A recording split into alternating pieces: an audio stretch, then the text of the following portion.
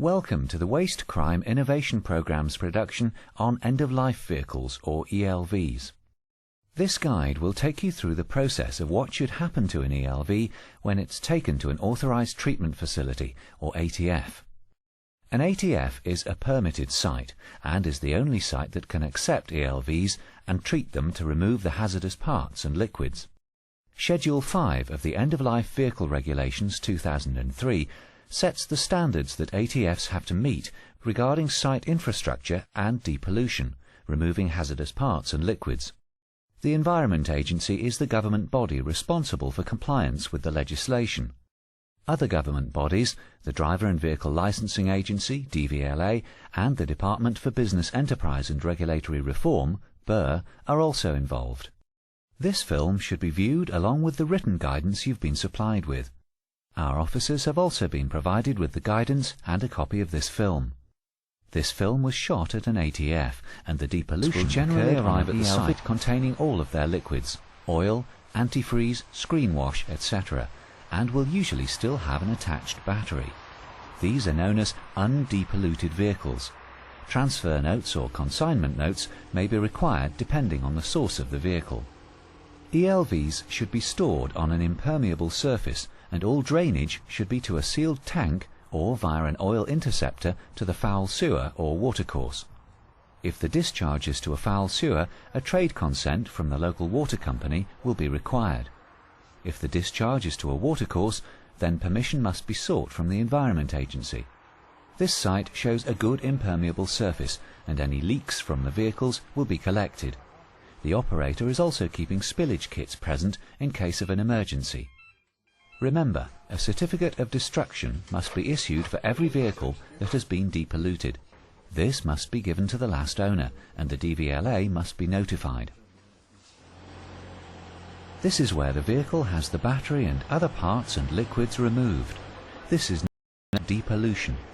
Note that the floor of the bay is impermeable and no liquids are able to escape. Also note that this is a hazardous environment and extreme care must be taken when undertaking depollution.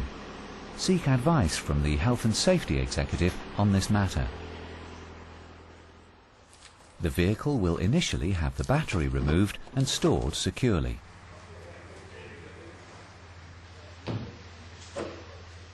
Next, all liquids, including coolant, power steering fluid, screen wash, and an amount of engine and gearbox oil are removed.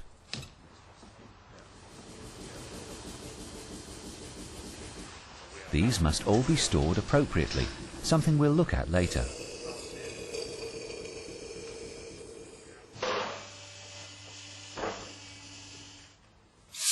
Wheels and tyres are also removed, and then taken to have the rubber separated from the wheel and the wheel balancing weights removed.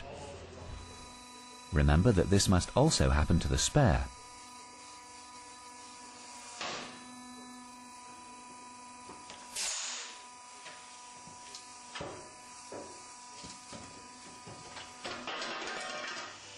The vehicle can now be raised to allow access to the underside. Here the operator removes the plug in the oil sump, and the oil is allowed to flow under gravity to a collection vessel. The same procedure is used to remove the oil from the gearbox.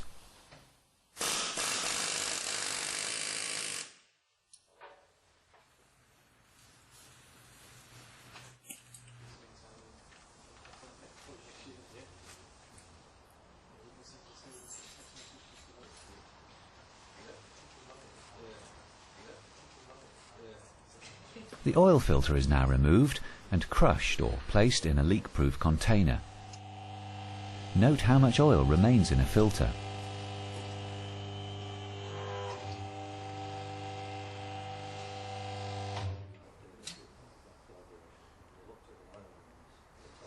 Whilst the oil is draining, the brake nipples are removed and the brake fluid removed from the system via the 4 holes.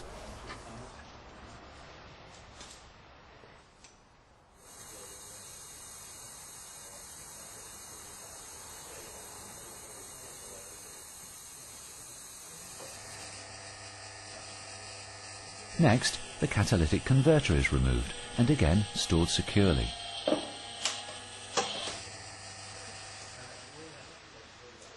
Removal of the wheels has allowed access to the shock absorbers. These can be stored in appropriate storage. Fuel is also removed. This can be undertaken directly through the fuel pipe or by puncturing the tank. Note that there can be a ridge in the fuel tank, so care must be taken to ensure that all the fuel is removed. Again, the liquids are taken off for appropriate storage. Air conditioning refrigerants can also be removed. We see here the depollution equipment being attached.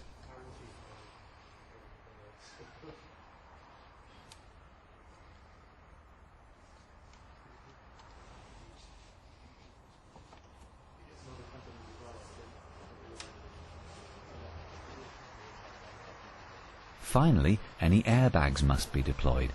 This is important, as if it's not done, problems can occur further on in the recycling process.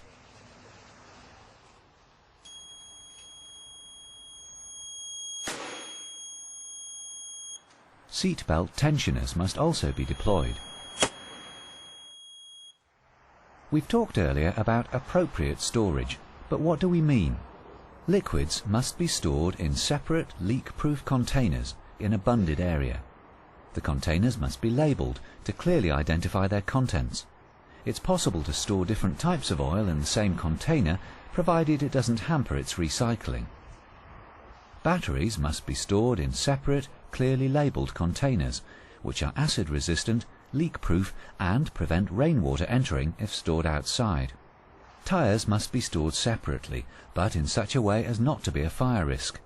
Consider asking for advice from your local fire officer. Parts for reuse are usually stored on racks, but if this is not practical, for example an engine, then the item can be stored on an impermeable surface. Air conditioning refrigerants should be removed directly to a container, such as the one seen here.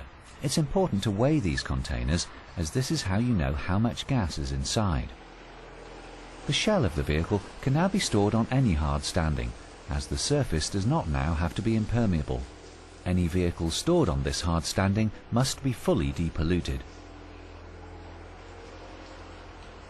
Environment Agency officers will inspect vehicles to ensure they are fully depolluted. Once the ELV has been fully depolluted, it can be placed in the baler or the shells removed from site. Here we see the depolluted vehicles being placed in the baler and then placed into storage.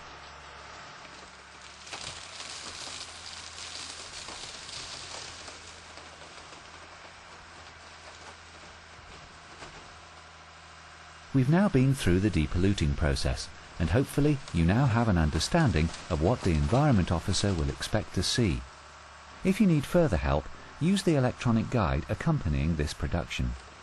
This guide not only provides details of the depollution process, but also provides links to further related topics, such as duty of care and export of waste. Thank you for watching.